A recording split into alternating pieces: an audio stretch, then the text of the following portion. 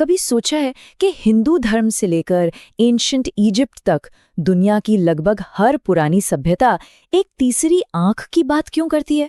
मतलब आखिर ये है क्या चीज? कोई मिस्टिकल पावर है या इसके पीछे कोई गहरा साइंस छिपा हुआ है? चलिए आज इसी सवाल की तह तक चलते हैं। तो सवाल बहुत सीधा सा है। क्या हमारे दिमाग के अंदर सच में कोई हिडन पावर है? कोई ऐसी शक्ति जिसे हम अभी तक ठीक से समझ नहीं पाए हैं? क्या ये फ्यूचर देखने की ताकत है या फिर यूनिवर्स के राज खुलने की कोई चाबी? ये एक ऐसा सवाल है जिसने सदियों से इंसानों को फैसिनेट किया है। अच्छा, तो अब थोड़ा और गहराई में उतरते हैं। ये समझने के लिए कि आखिर ये आइडिया आया कहाँ से, हमें जरा हिस्ट्री में चलना होगा और ये देखना दिलचस्प होगा कि ये किसी एक कल्चर की देन बिल्कुल नहीं है। और ये जो स्लाइड दिखा रही है ना, ये सच में हैरान करने वाली बात है। जरा सोचिए, दुनिया भर की अलग अलग सभ्यताएं जो एक दूसरे से हजारों मील दूर थीं, वो सब एक ही कॉन्सेप्ट पर कैसे पहुंची? हिंदू धर्म में देखिए, भगवान शिव की तीसरी आंख जो ज्ञान और शक्ति दोनों का प्रतीक है। फिर एंशिएंट इजिप्ट में आई ऑफ होरस को ले लीजिए, जो प्रोटेक्शन और हीलिंग का सिंबल था। योग की परंपरा में इसे आज्ञा चक्र कहते हैं, यानी हमारे इंट्यूशन का सेंटर। और सिर्फ यही नहीं, मायन से लेकर टिबेटन्स तक सबने इसे इनर विजन यानी अंदर की नज़र से देखने की क्षमता माना। तो ये साफ है कि ये कोई एक कहानी नहीं है, ये एक यूनिवर्सल ह्यूमन कॉन्सेप्ट है। तो मतलब बात ये है कि ये सिर्फ कोई कहानी किस्सा नहीं है, ये असल में पूरी दुनिया में एक सिंबल है, एक गहरी समझ का, एक ऊंचे लेवल की अवेयरनेस का, एक ऐसी चीज जिसे हमारी नॉर्मल सेंसेस शायद महसूस नहीं कर सकती। तो पुरानी बातें और मान्यताएं तो ठीक हैं, पर मॉडर्न साइंस का इस बारे में क्या कहना है? क्या हमारे शरीर के अंदर इसका कोई बायोलॉजिकल कनेक्शन है? चलिए अब साइंस की दुनिया में चलते हैं और देखते हैं कि वहाँ क्या मिलता है। और साइंस हमें सीधे हमारे दिमाग के सेंटर में ले जाता है, जहाँ एक बहुत ही छोटी सी ग्लैंड है। इसका नाम है पीनियल ग्लैंड। इसका शेप एक पाइन कोन जैसा है और इसकी लोकेशन कमाल की है, ठीक हमारी दोनों भौहों के बीच, लेकिन दिमाग के एकदम अंदर। अब ये छोटी सी ग्लैंड ना बड़े बड़े काम करती है। ये हमारे सोने जागने के साइकिल को, यानी हमारी बॉडी क्लॉक को कंट्रोल करती है, मेलेटोनिन बनाती है, जिससे हमें नींद आती है। लेकिन सबसे शॉकिंग बात पता है क्या है? इसमें लाइट सेंसिटिव सेल्स होते हैं, बिल्कुल हमारी आंखों की तरह।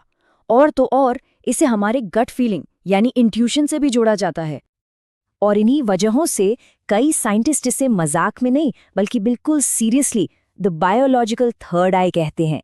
ये नाम सुनकर ऐसा लगता है ना जैसे सदियों पुराने रहस्य और आज की बायोलॉजी के बीच कोई पुल मिल गया हो। और कहानी यहाँ और भी ज्यादा इंटरेस्टिंग हो जाती है। कुछ साइंटिफिक थियरीज ये भी हैं कि ये ग्लैंड डीएमटी नाम का एक बहुत पावरफुल केमिकल बना सकती है। इसे द स्पिरिट मॉलिक्यूल भी कहा जाता है। और माना यह जाता है कि गहरे मेडिटेशन में या नियर डेथ एक्सपीरियंसेस के दौरान जो बहुत विविड विजनरी अनुभव होते हैं ना, उनके पीछे शायद ये केमिकल होता है। तो अब सवाल ये उठता है कि क्या मेडिटेशन और योग जैसी हजारों साल पुरानी प्रैक्टिसेस असल में हमारी इस बायोलॉजिकल तीसरी आंख पर कोई असर डाल सकती हैं? चलिए देखते हैं कि ये प्रैक्टिस और बायोलॉजी कहाँ आकर मिलते हैं। और ये स्लाइड ये कमाल की है। ये दिखाती है कि कैसे दो अलग अलग दुनियाएं असल में एक ही चीज की बात कर रही हैं।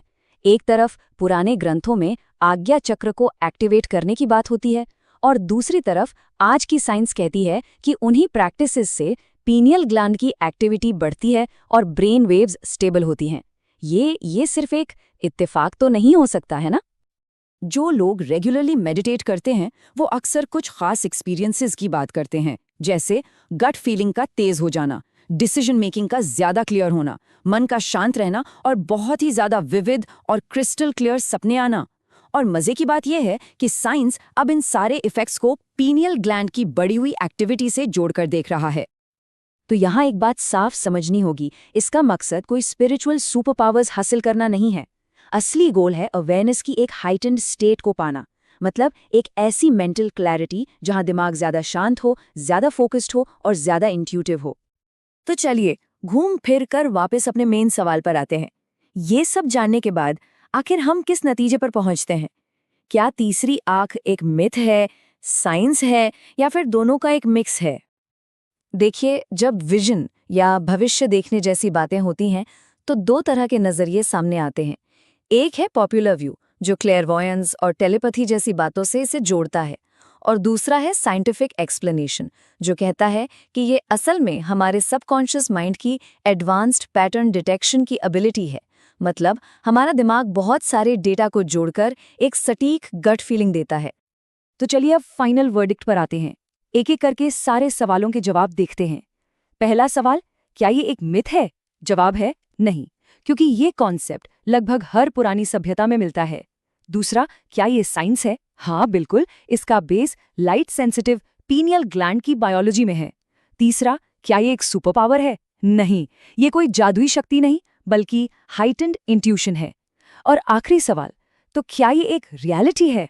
हाँ, ये हमारी डीप इनर अवेयरनेस की कैपेसिटी को रिप्रेजेंट करती है।